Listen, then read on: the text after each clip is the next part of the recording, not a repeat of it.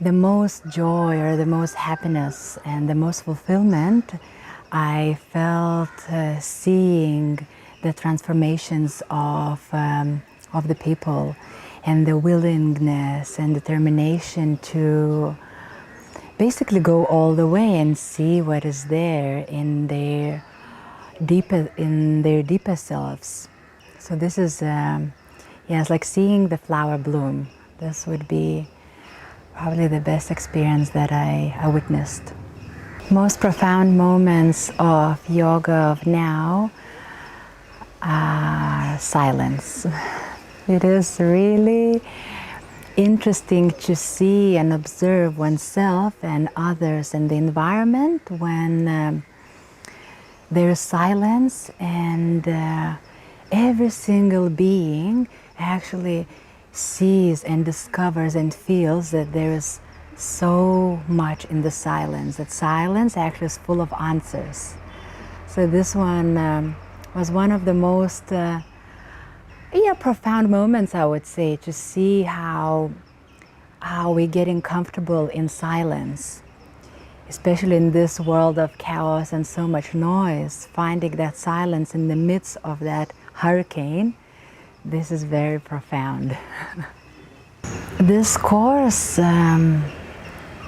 affected me in the many various ways. First of all, it helped me to slow down, meaning when we slow down, everything becomes so much more clear. So in that profound slowing down during this whole course, unfolded in these moments, and I could see the unfoldment of the bigger now, of that real present moment that involves not only myself or the other, it involves everything what is happening right now here. Also, this course empowered me to come closer to myself and to recognize those qualities that maybe have been overlooked or not recognized. So yes, it came a lot of empowerment in this course, where I could see that this is here too, all these beautiful qualities that I have. This course is based on Kriya practices and pranayamas, or I would say the biggest part is based on that.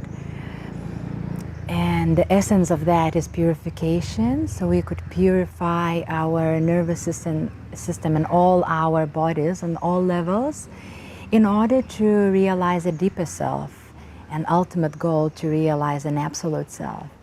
So this has been an absolute delight to be and experience direct effects of these practices. And how it works directly at the core of your nervous system. It goes deeper, awakening those neurons and those memories that are not seen, or maybe the connections that have been broken.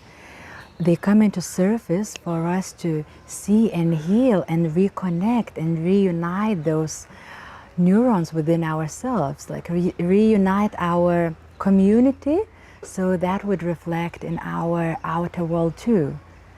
So yes, and it goes to yoga itself, reuniting inside and outside, and then seeing that all is here one anyway. The importance of healthy and strong nervous system, I would say, is the most important thing. It's the most important thing, and in my seeing is the biggest priority, is the first thing that everyone should take care of, because all springs from here. If we are capable to digest within our nervous system certain happenings in our lives, certain emotions, certain energies, with that strength with the nervous system, we are capable to live a harmonious life, and also to dive deeper into ourselves and to open to higher consciousness. So I see that nervous system is the core of a healthy living and the quality of life. Yes, is this the quality of life? The importance of levels of consciousness is that, first of all, that it gives the knowledge, it gives the knowing where one is at. It's like a GPS, like a map for oneself, to see where you are, and also, more important even, to see what is your next step. So levels of consciousness, they define your experience. And when one can understand how it works, then it is easier. It is easier to proceed. It is easier to make a next step. And then from here, the willingness arises, because you can directly experience the effects of, let's say, expanding your consciousness. So from one consciousness level to another consciousness level, you see the big difference. And this is the biggest power, the biggest motive that keeps you going forward. So knowing that, it is very essential, because yes, human beings, they need explanation. So this really helps. Guided meditations, indeed, they help to awaken higher consciousness, but as I see, more than that is the transmission in the guided meditations too.